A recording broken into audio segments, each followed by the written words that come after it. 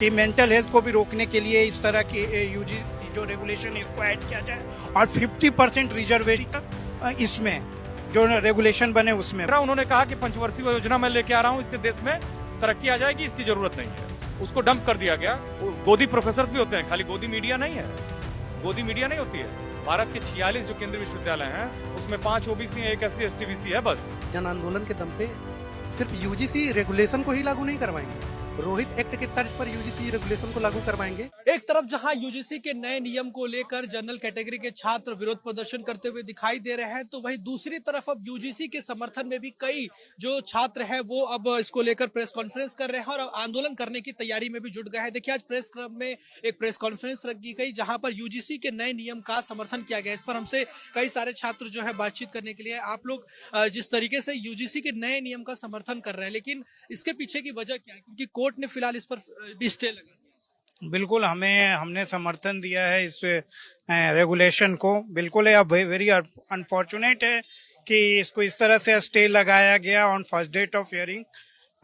ये जो एक्ट, ये जो रेगुलेशन है वो कहीं से भी डिस्क्रिमिनेटरी नहीं है। अगर आप इस एक्ट में जाएंगे तो इसके ऑब्जेक्टिव में ही EWS मेंशन है कि इसका मेन जो एक्ट का जो रेगुलेशन का जो मेन पर्पस है, इसमें किसी के साथ ना डिस्क्रिमिनेशन हो, ऐसा एक्ट है। हाँ, इसमें थोड़ी बहुत चीजें हैं जो नहीं ऐड करना चाहिए था, वो हमें भी ऑब्जेक्शन है। जैसे कि इसमें बोला गया है जो चेयरमैन होगा वो किसी कॉलेज का वाइस चांसलर होगा, और वो वाइस चांसलर कौन है? जबकि हमारा उसमें मांग था, मैं तो उसमें 10 गाइडलाइंस हमने दिया था। उसमें हमने मेंटल हेल्थ का भी बात किया था कि मेंटल हेल्थ को भी रोकने के लिए इस तरह की यूजी जो रेगुलेशन है इसको ऐड किया जाए और 50% रिजर्वेशन इसमें जो रेगुलेशन बने उसमें। बट और जो चेयरमैन हो वो मोस्टली इस कम्युनिटी से बिलोंग करे, बट इस एक्ट में उस तरह की चीजें नहीं की गई है। इसके अलावा अगर आप टोटलिटी में अगर इस एक्ट रेगुलेशन को देखेंगे तो बिल्कुल भी डिस्क्रिमिनेटरी नहीं है।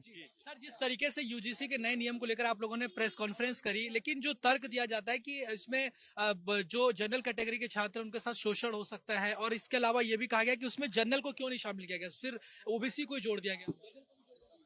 नहीं, देखिए, भारत में जो रिजर्वेशन है ओबीसी SC ST का, वो जाति के आधार पर है। आप जब देखेंगे ओबीसी के उत्थान के लिए 1947 में ही मांग चल रही थी। बाबा साहब भीमराव अंबेडकर ने आर्टिकल 340 के तहत कमीशन बनाने का एक प्रावधान किया और बाद में काका कालेलकर कमीशन बना। काका कालेलकर कमीशन ने अपनी रिपोर्ट सबमिट की। उसने कहा 70% महिलाओं को रिजर्वेशन, ओबीसी को क्लास 1 की नौकरियों में 25%, बी और सी की नौकरियों में 40%। मैं आपके दर्शकों को बताना चाहता हूं, वो लागू नहीं हुआ। उस समय के जो गृह मंत्री थे, प्रधानमंत्री नेहरू जी थे, उन्होंने कहा कि ये साइंटिफिक ढंग से डाटा कलेक्ट नहीं किया गया है, इस डाटा को लागू करने पे जातिवाद बढ़ेगा। तीसरा, उन्होंने कहा कि पंचवर्षीय योजना मैं लेके आ रहा हूं, इससे देश में तरक्की आ जाएगी, इसकी जरूरत नहीं है। उसको डंप कर दिया गया। इसका सबसे बड़ा नुकसान ओबीसी को हुआ। एक जनरेशन 30 साल की मानी जाती है, सीधे 40 साल बाद वो लागू हुआ 7 अगस्त 1990 को, लेकिन वो फाइनली 93 में लागू हुआ। मतलब करीब 1.5 जनरेशन का ओबीसी को नुकसान हुआ। 1.5 जनरेशन का ओबीसी का नुकसान और भारत की 3 जनरेशन का नुकसान, क्योंकि ओबीसी की आबादी इस देश में उस समय 52% थी, अभी 60% है। और वो ओबीसी अगर उससे वैज्ञानिक निकलते, इंजीनियर निकलते, प्रशासक निकलते, इनोवेटर्स निकलते, कवि निकलते, लेखक निकलते, बुद्धिजीवी निकलते, तो आज वो भारत में वास्तव में विश्व गुरु होता, भारत में बहुत बड़ी पावर होता। वो नहीं बन पाया क्योंकि वो काका कालेलकर नहीं लागू हुआ। तो अब आप जिसको भी जिम्मेदार बताइए, लेकिन वो जिम्मेदार था। और उसके बाद 79 में बना मंडल कमीशन, 80 में रिपोर्ट जमा की, 31 दिसंबर 1980 को लागू नहीं हुई, 7 अगस्त 1990 को लागू हुई। ओबीसी का नुकसान होता रहा। उसके बावजूद वो राज्यों में खाली लागू हुआ, केंद्र में लागू हुआ है विश्वविद्यालयों में 2007 में लागू हुआ 9 में। अब 9 के बाद इसी 10 साल में जो थोड़ा मोड़ा पढ़ रहे हैं बच्चे पढ़ रहे हैं, बाकी तो वो इसी विश्वविद्यालयों में वो कैंटीन में काम करते थे, खाना बनाते थे। आपको महाराज बन के, रसोइया बन के, गार्ड बनते थे, चौकीदार बनते थे, प्यून बनते थे। अब जब वो पढ़ने आए हैं तो ये तर्क गढ़ रहे हैं कि जातिवाद तो इसको नहीं लागू करने से फैलेगा। कारण यह है कि अभी भी 50% का ओबीसी SC ST का रिजर्वेशन है, उसके बावजूद भी विश्वविद्यालयों के 70% 80% पोजीशन पर कब्जा तथा कथित वर्चस्ववादी शोषक वर्ग की जातियों का है। लेकिन ये बताइए कि अब आप लोग की मांग क्या है? आप लोग क्या इसको लेकर आने वाले ये है कि उसको लागू करिए। उसमें जो 10 मेंबर्स की कमेटी है उसमें 3 कहा गया है कि प्रोफेसर होंगे। गोदी प्रोफेसर भी होते हैं, खाली गोदी मीडिया नहीं है, गोदी मीडिया नहीं होती है। भारत के 46 जो केंद्रीय विश्वविद्यालय हैं उसमें 5 ओबीसी हैं, 1 SC ST BC है बस। और ये तो 5 अभी भी हैं, इससे पहले आप जोड़ लीजिए पिछले 70 सालों में तो इक्का दुक्का ओबीसी बीसी होते थे, SC ST तो फिर भी होते थे।